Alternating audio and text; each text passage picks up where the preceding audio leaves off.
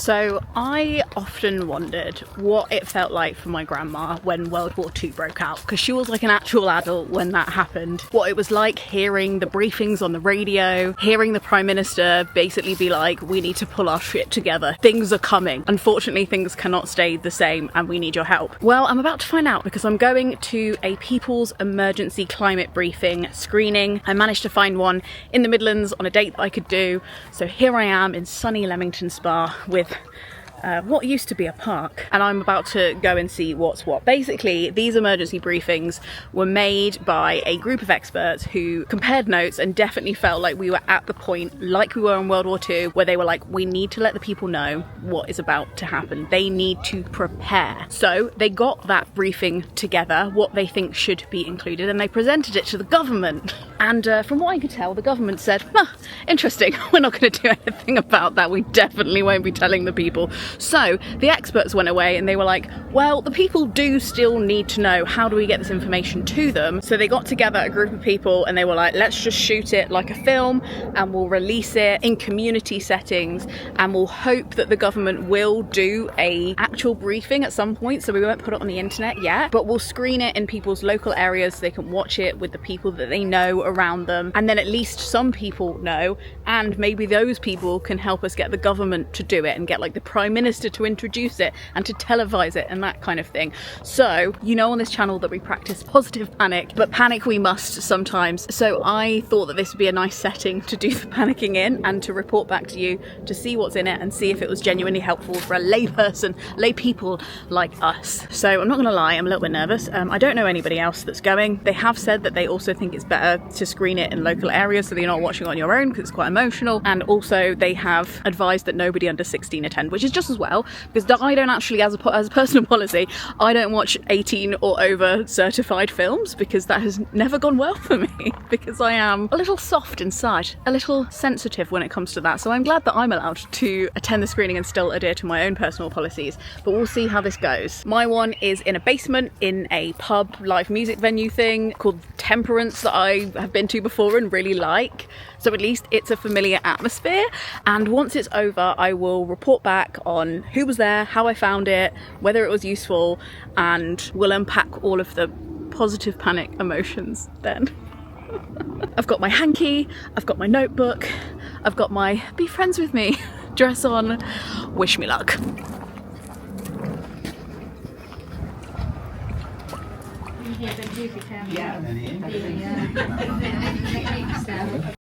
Well, hello and welcome back. We are at my desk to debrief. I was going to record after the session yesterday, but honestly, I just felt like my brain needed a little bit of a rest. So I bought myself a Mars bar and I sat on the bus home listening to Avril Lavigne, Under My Skin, which, can I just say, is an unexpected climate anthem machine. I mean, don't tell me what to say. He wasn't what I wanted, what I thought, no.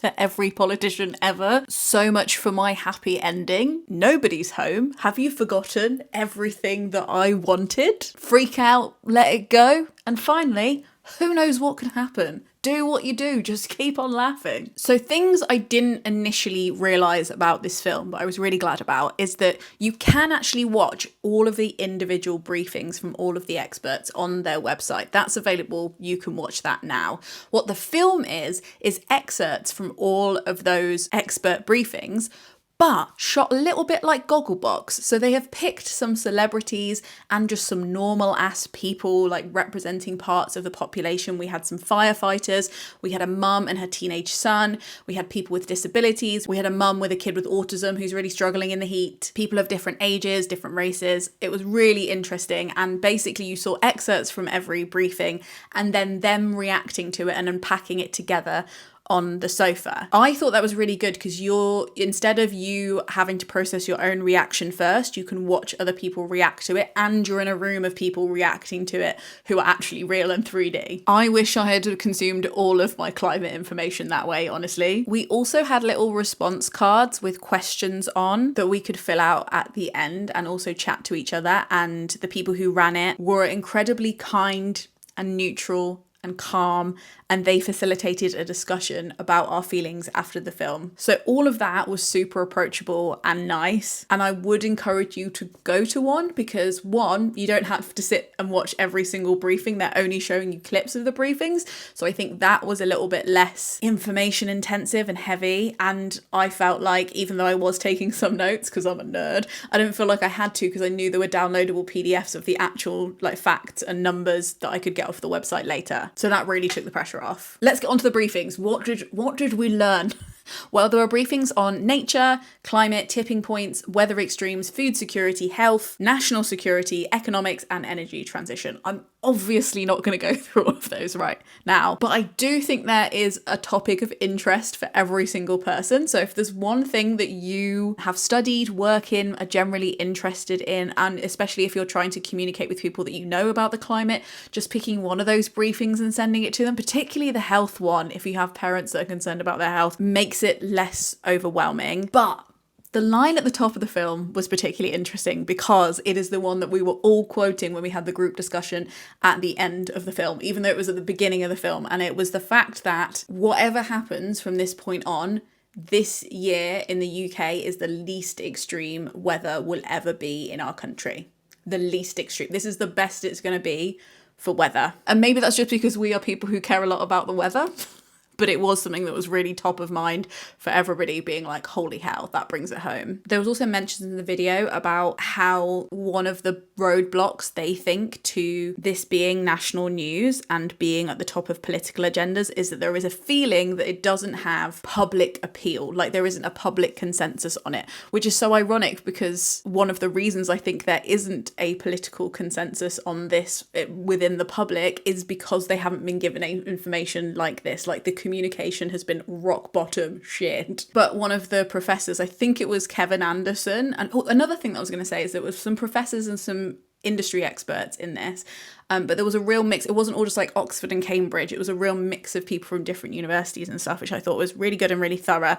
But one of them said, physics doesn't give a damn about what is politically palatable. And again, I think this comes down to the question of, is it our government's job to be popular and stay in power, or is it our government's job to protect us against our own awful judgments? We have elected them, yes, but it is then their job to accumulate all of the facts and work in our best interests. Like, I'm not there, if I'm going in for surgery, I'm not there debating with the surgeon how he's going to fix my body. I'm supposed to just be like, you're the surgeon, I've elected to have surgery with you, you let me know how it's going on. At the moment, I feel like politics is operating in this way where it's just like, how do you feel about a blood transfusion? Is a blood transfusion feeling good or bad to you? And you're sitting there like, I don't know, would that be dangerous right now, or would that be a good thing? Like, how mission critical is this blood transfusion?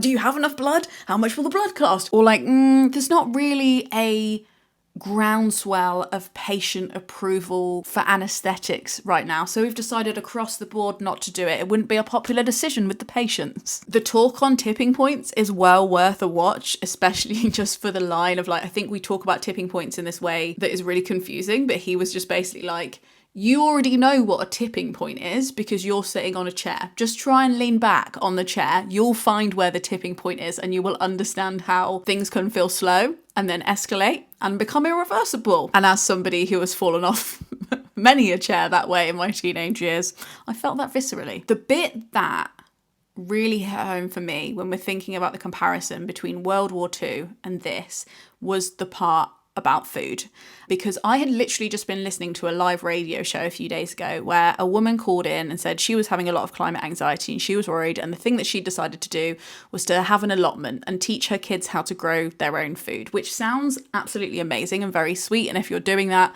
I love that for you. We actually do need to do that. That's brilliant. However, in the food security section, it became very clear that things weren't that simple. And when we were asked to dig for victory during World War II, that's because we were fighting an external force that was coming at us, potentially. What we're fighting now is literally all of the elements. So you might think, right, at the moment, 50% of our food supply in the UK comes from other countries, many of which is becoming increasingly unlikely will be able to sell us food and export food to us in the future because they are becoming deserts. And if they do have any food, they're probably going to keep it for themselves. And fair play, to be honest. So you might say, that's fine, we'll just grow more food in the UK. If we continue on the current trajectory, there will be no possibility of growing food in the UK. It will be too hot, it will be too inhospitable. We're already having lots of failed harvests at an accelerated rate that we've never had before. And I think that was the part that broke my heart a little bit, was that I feel like we are all being encouraged to dig for victory and grow cabbages as a way of alleviating the guilt of the people who are ruining the soil. And that's where I think this comparison between World War II and now breaks down, because there is really no chance for self-sufficiency. And we talked a little bit about this as well at the end of the discussion, where we were talking about people who have solar panels, because some people in the audience had solar panels and other people were saying, that's cool, but I can't afford solar panels. And how, while it's really good to have solar panels if you can on your own house, what would actually be more effective would be to have collective solar panels on loads of roofs over car parks, like they're apparently doing in France. We shouldn't be funding this ourselves, and I don't think we should be expected to. Like, there's another analogy on the website that says, you know, when a country is at war, they don't expect their citizens to provide the missiles and the equipment. These are things that are affordable and should be provided to us. We shouldn't be having to personally fund things like solar panels. Consider me radicalized, honestly. Anyway, that personal element is very much still there, and I definitely think it's a yes and rather than a no but. And the same comes with like food availability. 85% of our land at the moment in the UK is used to produce animal products. So we need more ways for us to eat less animal products, and we need those types of food alternatives to be available to us. And why UK supermarkets don't have like a legal obligation to provide that is literally beyond me. Another thing that I didn't know, because it's genuinely not in my wheelhouse or area of interest, I just don't know anything about it, is national security. And there was a guy who is an ex-soldier who is now like a military expert talking, who said that when we think about the army, we're not just looking at like kind of civil unrest. So there is like a real possibility, as documented and cited on the website, that there will be civil unrest in the next 10 years because of food shortages and how the army might have to be involved in that and stuff like that. And there's also national security and people, you know, all of the, I don't even... We're not even talking about world wars at this point. We're talking about internal need for army intervention. So an example is, I didn't know that the army is involved in a lot of things, like in emergencies, dropping huge amounts of concrete on dams to keep them effective and stop flooding. Like, there's lots of stuff like that I was like, I didn't even know this. And I think this is, again, why we shouldn't be expected to be making judgment calls like this and learning all of this stuff, although I'm very grateful to know it. However, the absolute highlight of the whole screening was the economics talk by Angela Francis, who is so no nonsense. I absolutely love her. And she basically came in and was like, all you bitches are saying this is going to be expensive and impossible, but all the experts have literally done the maths and this is going to be so cheap. Getting to net zero is cheap, and anybody who tells you it's expensive is an idiot. I'm paraphrasing, of course. She was very professional and polite, but like, getting to net zero is going to cost £4 billion a year for a little while, which sounds like a lot of money, but is in fact only 0.2% of GDP.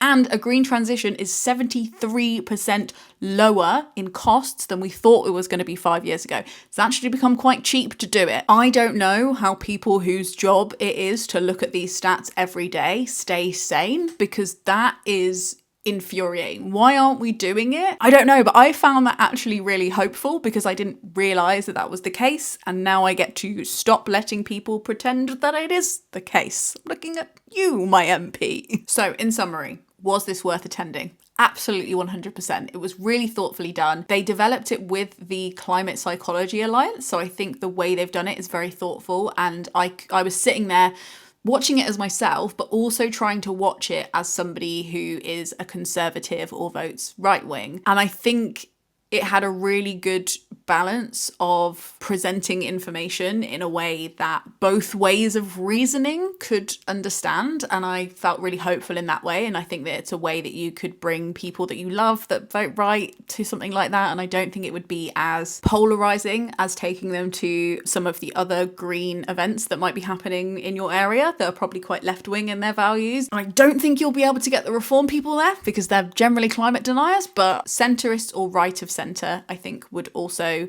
get a lot out of this film. And I think that is a really good discussion. And I think that is really important as well, to create public spaces where people from different parts of the political spectrum can come together and talk about like the actual stats. When it came to me spending the evening also with like a tiny part of my brain thinking about that premise of like my grandmother and how she would feel about a briefing like this, one, I think the briefing is much more thorough than a World War II briefing. And I also think that there is a comparison in that we do need like a national groundswell of understanding of what is about to happen and how serious it is and how vital individual actions are to a win, but also how much work there is to be done actually lobbying the government to do their part. Because at least amongst the people, my impression is that during World War II, most people trusted the government and trusted them to be doing their shit while they were getting on growing their cabbages and working in their factories and doing their part. And I think what we're missing in that analogy is a coherent message from the government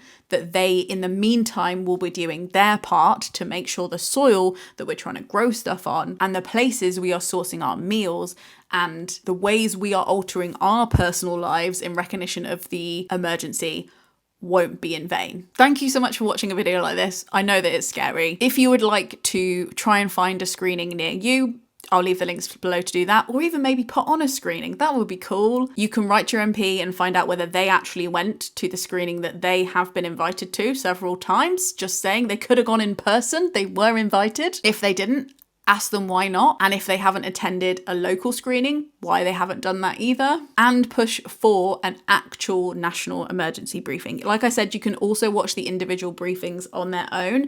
I do think they all have an element of positivity and solution-based action points at the end of them. So I wouldn't say they're too doomy, but also do not consume in big amounts. I would say watch one a day maximum. Don't watch them all at once. And also maybe consider listening to some Avril Lavigne in between. Freak out, let it go. I really hope it doesn't need saying, but just in case it does, I don't know anybody from the National Emergency Briefing. I went along as a proletariat. I heard about it on Instagram. They haven't paid me to do any of this. I didn't pay to go. They are free screenings. I literally can't see any other agenda in this carnival of unbiased and very thorough information other than the motivation of simply staying alive as a species. Also, on that note, you might notice that we weren't interrupted at any point of this video with a sponsor, and that's because of the Gumption Club. They tip me for these videos via Patreon and they get lots of perks in return, including access to our Discord. But this video was free to watch and unsponsored because of them. So if you aren't part of the Gumption Club, say thank you to them in the comments. They're nice people. I've left a reminder and some links to the action points below if you couldn't process all the information at once. And in the words of Avril, who knows what could happen? Do what you do. Just keep on laughing. One thing's true. There's always a brand new day. Frog Snog out.